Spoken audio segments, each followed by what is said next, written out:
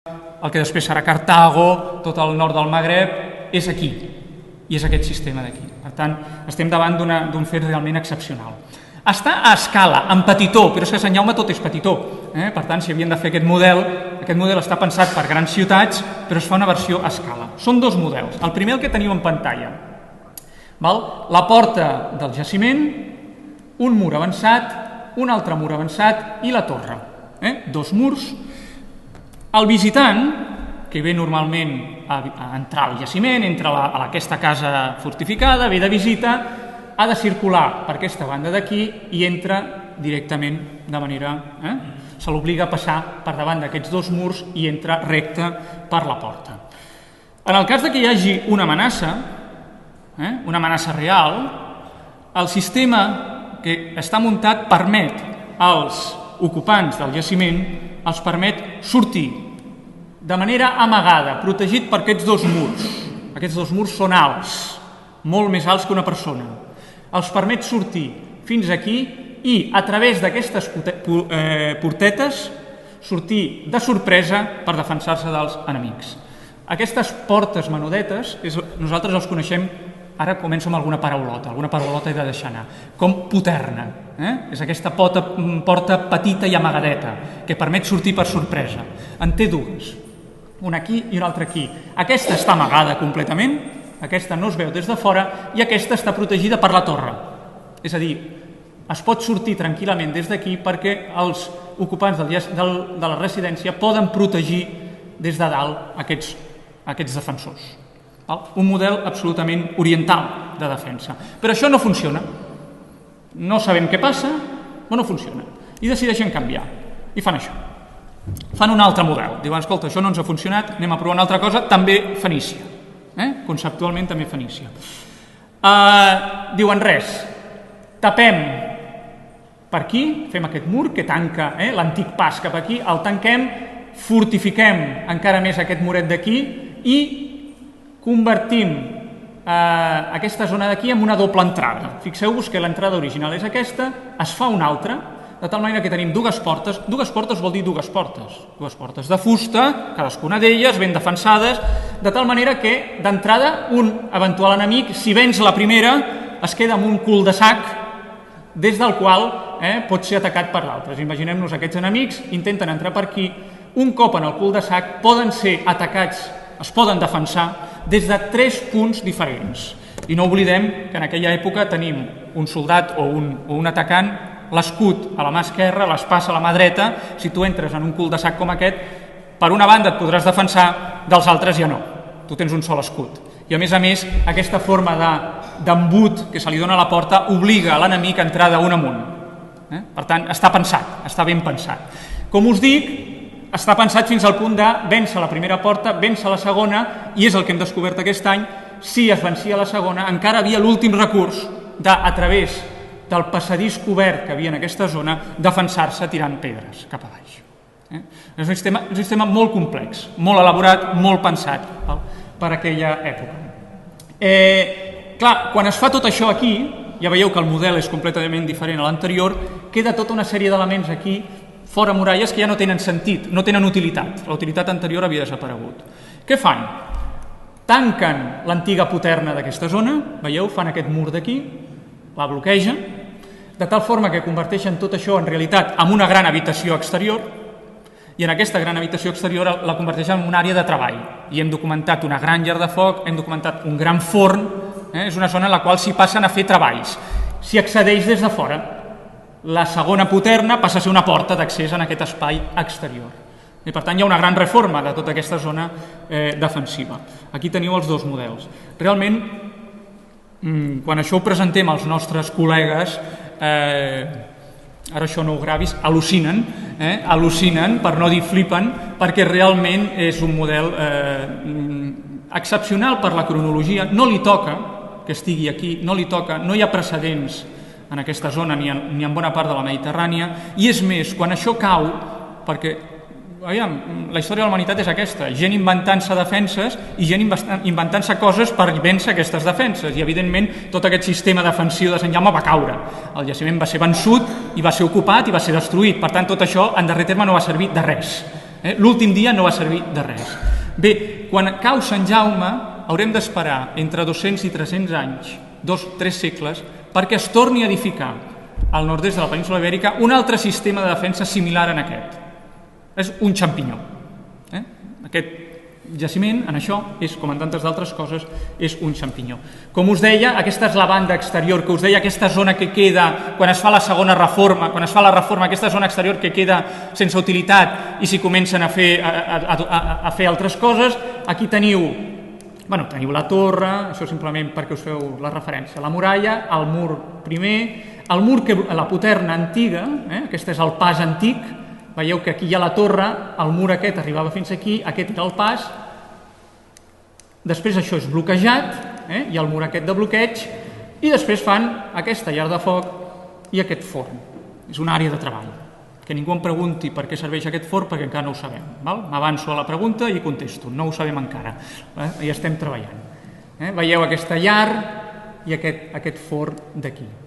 Una altra vista perquè les tingueu, per si faltaven fotos, doncs aquí la teniu, aquesta llar de foc aquí es veu ben rogeta, aquí no es veu tan rogeta, però és la solera de la llar de foc, tota ben vermella, i aquest forn que ens ha arribat en un estat de conservació parcial, ja veieu que està parcialment tocat, però bé, el tenim, podrem dir coses, quan l'acabem d'excavar podrem dir coses. Bé, un altre espai, i amb això, aquest és l'últim espai en el que hem actuat, pròpiament, aquest és l'últim espai en el que hem actuat enguany. És un espai molt menudet, molt xicotet, és l'àmbit 7, però bueno, és en aquesta zona central. Aquí el teniu vist, ha estat el resultat dels treballs de descobriment de murs i espais d'aquest any, i bé, ens ha servit per començar a conèixer un altre sector nou del jaciment.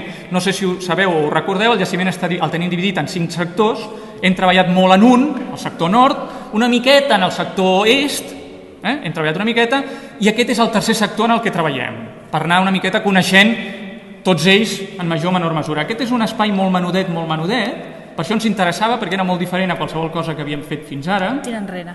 Aquest és l'àmbit 7, abans de saber que era l'àmbit 7. Sí, quan no hi havia res. Aquí quan el teníem una miqueta més definit, vista lateral, aquí apareixien els murs, i aquí quan començàvem a excavar. I com passa a Sant Jaume, quan hem començat a treure el primer nivell, doncs una bona part del que veieu aquí és l'estesa de ceràmica. Estesa de ceràmica. Ceràmica que correspon al pis superior d'aquest àmbit. És a dir, es va confirmant que igual que passava en tots els àmbits del sector nord que hem excavat fins ara, és a dir, que eren edificis de 2 plantes, 2 metres la de baix, 2 metres d'alçada, vull dir, segurament gairebé 2 metres també als nivells de dalt, la planta de dalt, aquí en aquest sector igual. Edificis de 2 plantes i els pisos superiors amb una quantitat molt important de material emmagatzemat. Entre ells, per exemple, el que ja hem pogut veure és que, entre altres coses, hi afegirem a la col·lecció una altra àmfora fenícia, per si faltava alguna. Sant Jaume, entre els seus rècords, té diversos rècords arqueològics, té el de tenir la col·lecció d'àmfores fenícies del segle VII més important de tot el nord-est de la península, incloent Catalunya, l'Aragó, el País Valencià, etc. No sé quantes tenim ara. 15, 16, moltes. Algunes les podeu disfrutar a la Casa O'Connor, algunes esperem algun dia que es puguin disfrutar... Només per filar que és que estan senceres. Estan senceres, sí, estan íntegres. La gràcia és aquesta, que estan trencades però es poden reconstruir en la seva integritat. Amb un treball ingent de puzzle que es fa a la universitat, s'acaben reconstruint. Ara les comencem a tenir distribuïdes una mica per tot el país.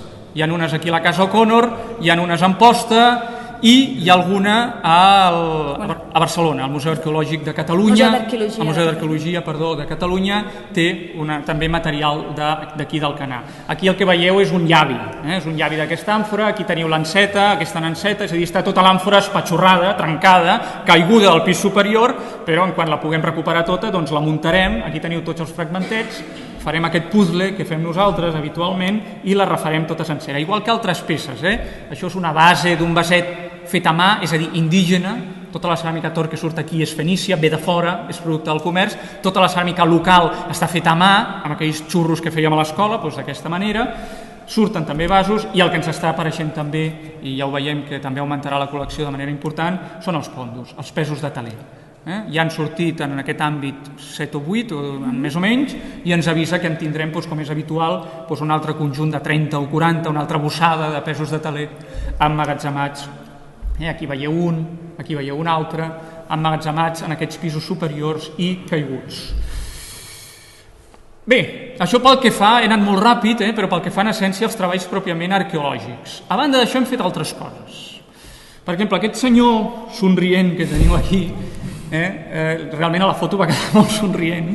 El nom, tu el recordes? Leo Alcoberro. Leo Alcoberro és un topògraf, és un topògraf, ell va amb la seva eina de topografia, que ens ha ajudat a fer una feina que havíem de fer, però que havíem d'esperar a fer-la que tinguéssim el màxim nombre de murs possibles vistos. Aquest any ja gairebé els tenim tots, hem contractat aquest topògraf. Aquest topògraf va amb la seva eina, que és això que veieu aquí, és una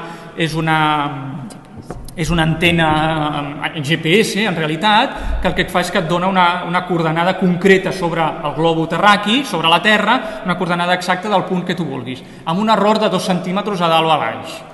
És a dir, és molt, ja ens va bé. Llavors ell el que ha fet és, ja heu vist que nosaltres fèiem el pedra a pedra i de la manera més correcta possible situem els murs dibuixats pedra a pedra ben col·locats a la planta. Però així tot sempre necessitem la rectificació d'un topògraf que ens dibuixi, ens situï correctament tots els perfils de tots els murs que tenim exactament sobre el globo terraqui.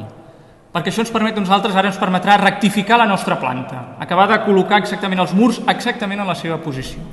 És el treball que teniu aquí en pantalla i aquí no es veu, és una llàstima, però aquí el que hauríeu de veure és el jaciment de Sant Jaume integrat en tot el seu entorn geogràfic, és a dir, la muntanya, el turó de Sant Jaume, de dalt a baix, amb totes les seves corbes de nivell, que és una cosa també extraordinària. Per fi el tenim situat exactament i amb la seva orientació correcta, amb les seves coordenades UTM, el jaciment i cadascun dels seus murs on li tocava. Quan diu coordenades UTM és que va agafar 900 coordenades, 900 punts, que sabem exactament el nivell, la cota sobre el nivell del mar, un per un. Això mateix. Dit això, nosaltres ja sabeu que cada any dediquem un apartat a l'equip. Ens sembla molt important, perquè l'equip amb el que treballem, sense ell no en faríem res. Aquest equip està format sempre per estudiants d'arqueologia o també, com aquest any, llicenciats, és a dir, gent que està fent la tesi doctoral i que es desplaça fins aquí, per la qualitat del jaciment, evidentment, per poder treballar en ell, aprendre en alguns casos, aprendre a ser d'arqueòleg, tocant la matèria, que és com millor s'aprèn, i en d'altres casos estudiar aspectes concrets del jaciment. És a dir, en aquests moments hi ha 2 tesis doctorals en marxa estrictament sobre aspectes relacionats sobre Sant Jaume. Dues tesis de la Universitat de Barcelona que estan en marxa, a més s'està tractant en altres tesis. Aquest any hem tingut 2 equips de 17 persones cadascun, en 2 grups, 15 dies i 15 dies, procedents, una part important d'ells de la Universitat de Barcelona, però també de diverses universitats d'arreu de l'Estat. Hem tingut gent de Cadis, de Sevilla, de Madrid, d'Astúries, de Galícia, de Saragossa, d'Alacant, hem tingut gent d'universitats d'arreu que ens han vingut a ajudar. Aquesta gent s'han dedicat a estar, ho he de reivindicar, perquè jo crec que fan un gran esforç, no cobren res, es dediquen a estar-se 8 hores a ple sol. Ningú cobra res. Ningú cobra res, no? Excepte el topògraf. Ara estava parlant d'ells. Sí. Excepte el topògraf. 8 hores a ple sol, al jaciment no hi ha pràcticament ni una ombra, els que heu pujat ja ho sabeu, hi ha una petita olivera borda, pobreta, que no fa ni ombra. Treballant dur, abans heu vist el pic, la pala, ara veieu els cabassos, etc. Ens llevem a les 5 del matí, els hi fot uns crits extraordinaris perquè es despertin, s'acaben despertant, a les 6 i poc estem a dalt treballant i ens hi estem fins a 2:30, 3 menys quart del migdia. Déu-n'hi-do, jo crec que mereixen, i a nosaltres ens agrada fer aquest reconeixement perquè, bé, estan tot el dia carregant trastos, pedres, terra, cap a una banda i cap a l'altra. Hi ha moments de tot, com us ho podeu imaginar. Hi ha moments per riure, hi ha moments per plorar, hi ha moments que ho engegaries tot a dida, hi ha moments d'immensa felicitat. Això és normal quan s'està treballant 15 persones, 8 hores diàries i està fent un esforç físic important. l'esforç a vegades no és tan fort com aquest, no? A vegades cal omplir fitxes, a vegades cal debatre, cal parlar, què és el que tenim entre mans, a vegades cal dibuixar. Aquesta és la prova de que pugem quan encara no hi ha llum, per si algú no s'ho creu, pugem de nit o gairebé de nit per aprofitar, evidentment, les millors hores de treball, que són les més fresques. Aquest grup de gent jove, que en aquest any doncs, hem tingut una part de l'equip, com ja hem fet els darrers anys, d'excavació arqueològica i una part de l'equip dedicada a tasques de restauració i conservació. Això vol dir que eren estrictament també estudiants de conservació-restauració. És a dir, un equip molt plural, molt pluridisciplinar en aquest sentit. Aquí tenim un altre cop el tornavís, el pinzellet. Estan aguantant una escala, posant pedres, l'hora de l'esmorzar, arriba un moment que és gairebé una obsessió, diu el bocata, alguna vegada ens hem deixat els bocates, hem hagut de baixar a buscar els bocates, ja sabeu el que és pujar i baixar de Sant Jaume per anar a buscar els bocates. Hi ha de tot, moments, com us deia, per fer més conya, clar que sí, com ha de ser. La realització de bocates és la quotidianitat, però és també la nostra feina, és a dir, preparar els entrepans la nit anterior per poder-los emportar al matí següent i poder esmorzar allà dalt. L'ús del palatí, el nostre despatx particular, per poder treballar amb fitxes.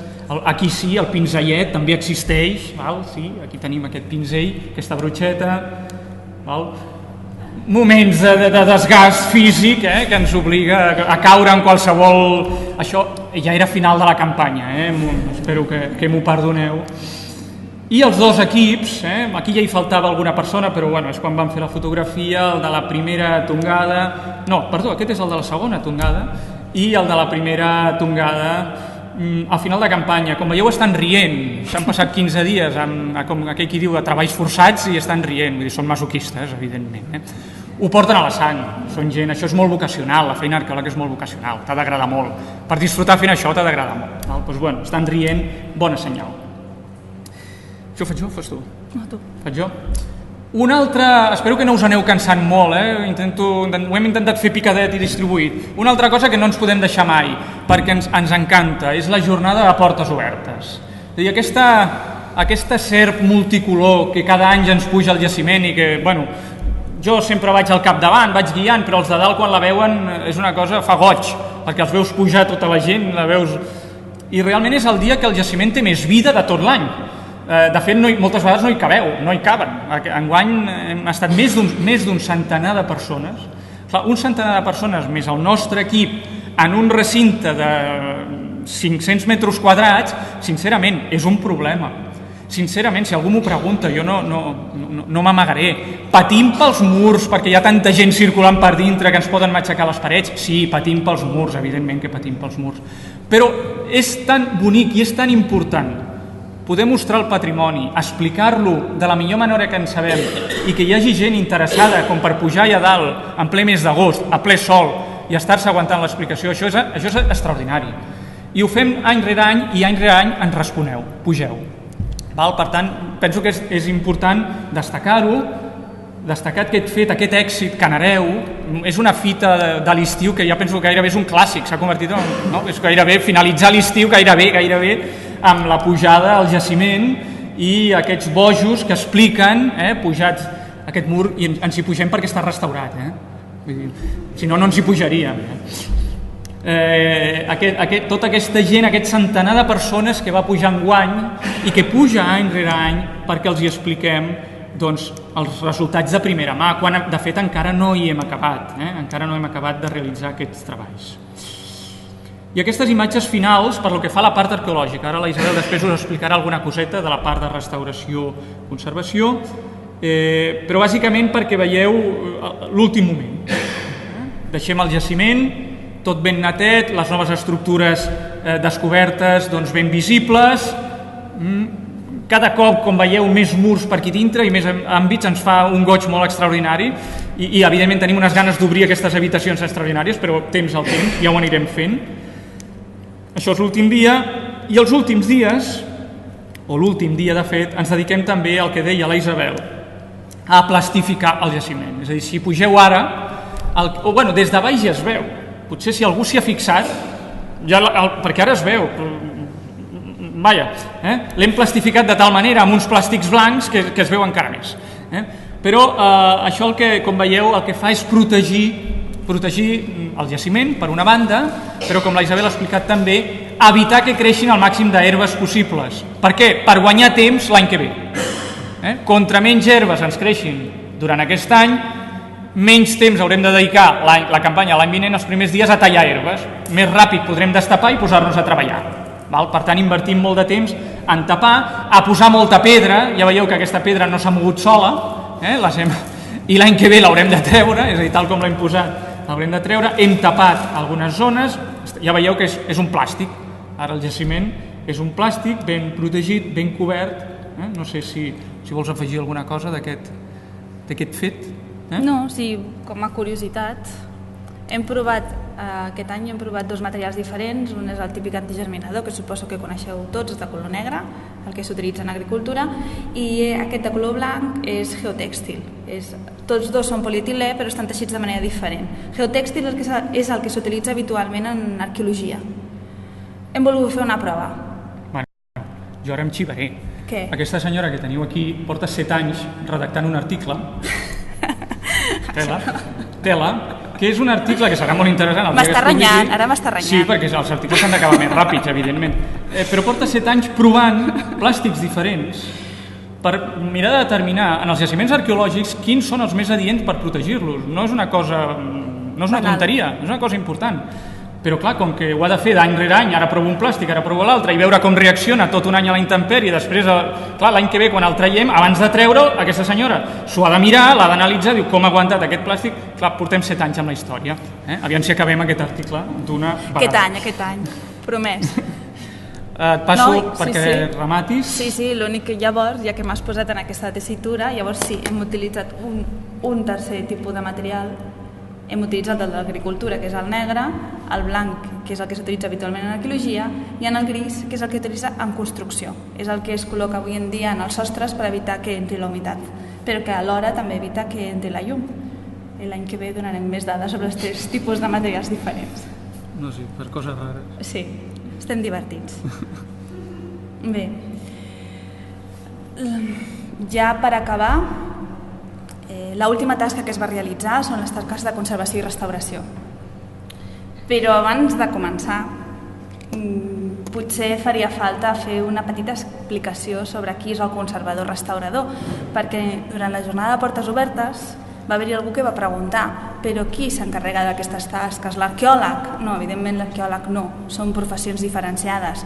L'arqueòleg estudia la carrera d'història fins ara per fi existeix una carrera exclusiva per a arqueòlegs, i estudien els contextos arqueològics, com entendre les pedres, com entendre el que trobem entre les pedres.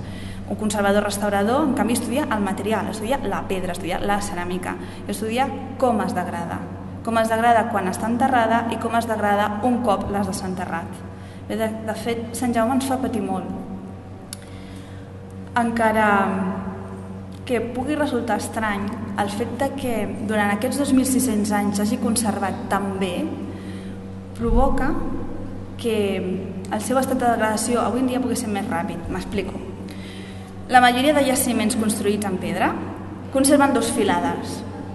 Com que aquest jaciment construït en pedra lligada amb argila conserva 2 metres d'alçada, significa que tens més probabilitats de caure que un que fa 2 pams. És lògic, un que fa 2 pams difícilment caurà. Això provoca que tinguem que pensar noves tècniques o nous sistemes per evitar que aquest monument, que realment és un monument de primer ordre, es pugui perdre en els propers anys.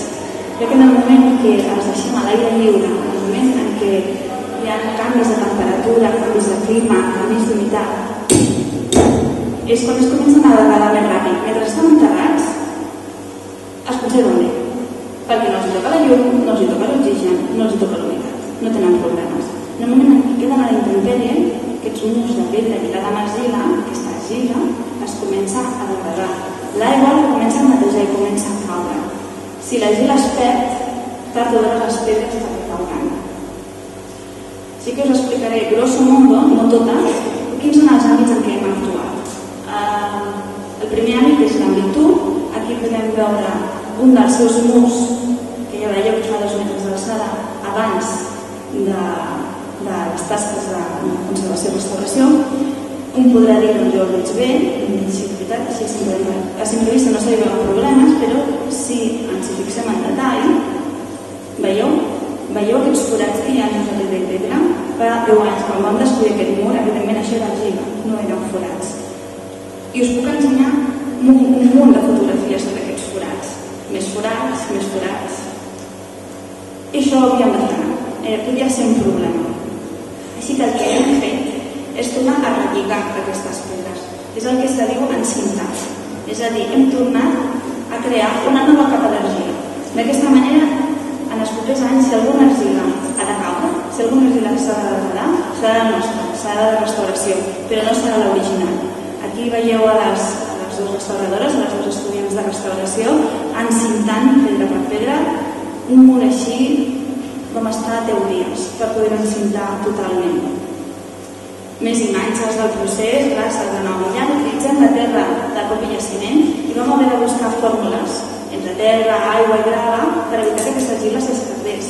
Si heu provat mai intentar fer una figura amb argila, haureu vist que amb molta facilitat quan s'asseca s'esquerda, oi que sí? Doncs hem hagut de buscar fórmules per evitar que hi hagi esquerdes. On hi ha una esquerda entra l'aigua, i on entra l'aigua provoca la degradació de l'argila. Jo penso que ens hem sortit. Evidentment això no és per tota la vida, sinó que en els propers anys haurem de tornar a actuar. El manteniment sempre ha d'existir. No existeix la fórmula màgica que preserva els monuments per tota la vida. La conservació preventiva ha de ser any rere any. Espero que el dit ha anat passant.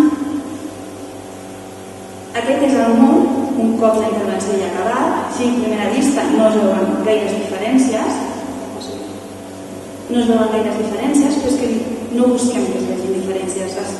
Les tasques de conservació no s'han de notar. Si pots intentar-ho, no s'han de notar. Si ens fixem en detall, podeu veure en canvi com les pedres tenen tota aquesta densitat d'argila al voltant. Aquí té un color bastant fosc perquè l'argila encara estava humida. Després agafa un to molt més clar, semblant a l'original. L'antes i el després. Els forats tapats i els forats quan encara existien. Veieu les arrels, no? Totes aquestes arrels de quan la vegetació encara estava creixent a l'interior dels murs. Una altra imatge, un altre detall d'aquest mur amb l'encintat i un cop els murs o l'actuació s'acaba, igual que en arqueologia, es redacta una fitxa en què s'explica exactament què s'ha utilitzat, quins materials, quant temps s'ha trigat, exactament tots els detalls que se puguin acudir, perquè d'aquí 2, 3, 4, 5 anys es torni a actuar o recuperar aquella fitxa i saber exactament què es va fer i no hi hagi problemes d'interpretació entre la part restaurada i la part original. Un altre lloc on vam intervenir és aquest mur que separa l'àmbit 3 del 4.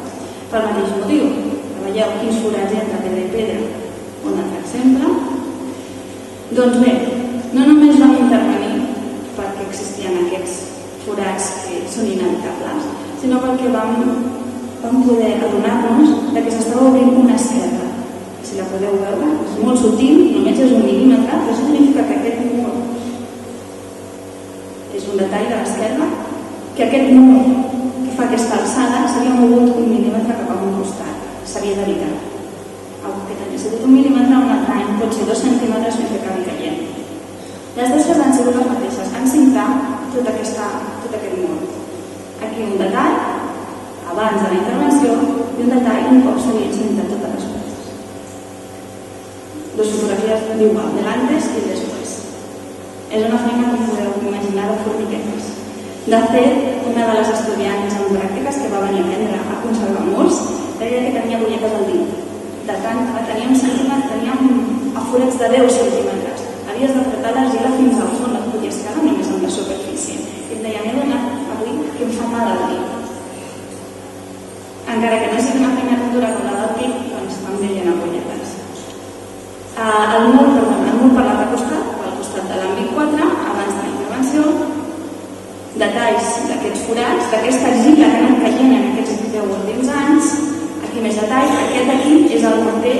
Fa 5 anys vam fer una petita intervenció per evitar que l'aigua entrés dintre del mur i van encavar algunes pedres amb morter de calç.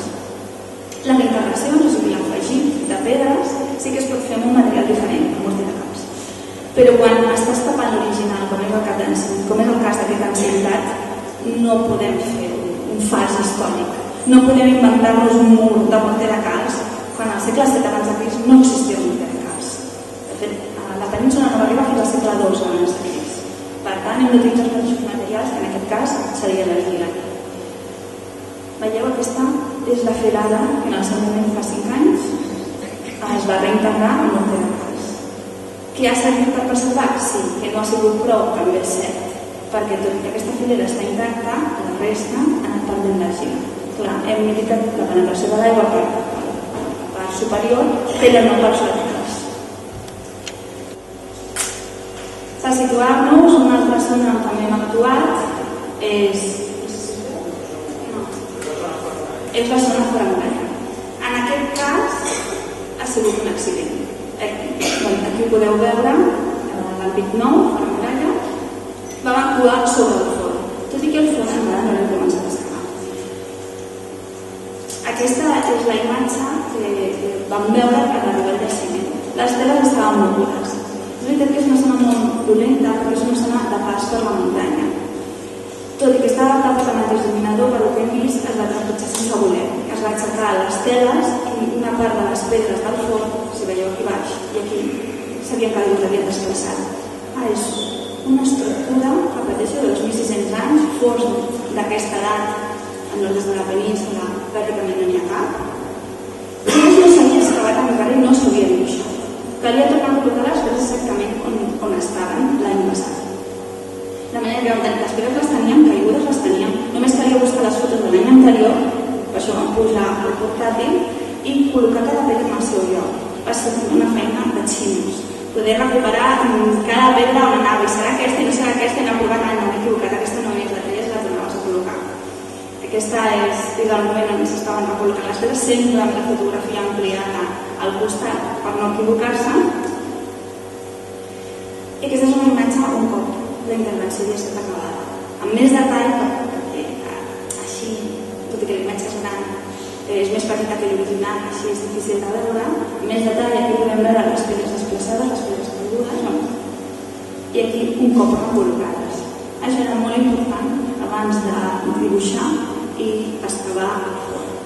Un altre punt dèbil, un altre punt que ens preocupava és el revestiment. Tenim la sort que els revestiments d'argila en algunes zones es conserven. És un element excepcional. Normalment no trobes evidències d'aquest revestiment, però alhora és un element molt fràgil. Es conserven aquesta alçada, l'alçada superior no queda res, i a partir d'aquest punt el vam trobar. Ja fa 5 anys que estaven a la intempèrie. En el seu moment vam utilitzar consolidants per reforçar-lo.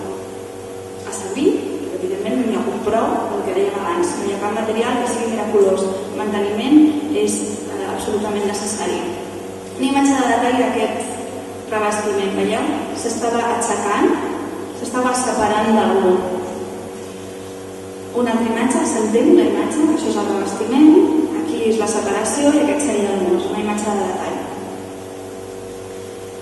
I aquí les tasques d'intervenció, les tasques de conservació, el que vam fer és col·locar argila a l'interior de la separació entre el revestiment i el mur i acabar col·locant una cinta d'argila per sobre de manera que l'aigua no pogués entrar amb tanta facilitat entre l'argila del revestiment i el mur. I una imatge més de les restauradores amb les fitxes documentant pas per pas tot el procés d'intervenció.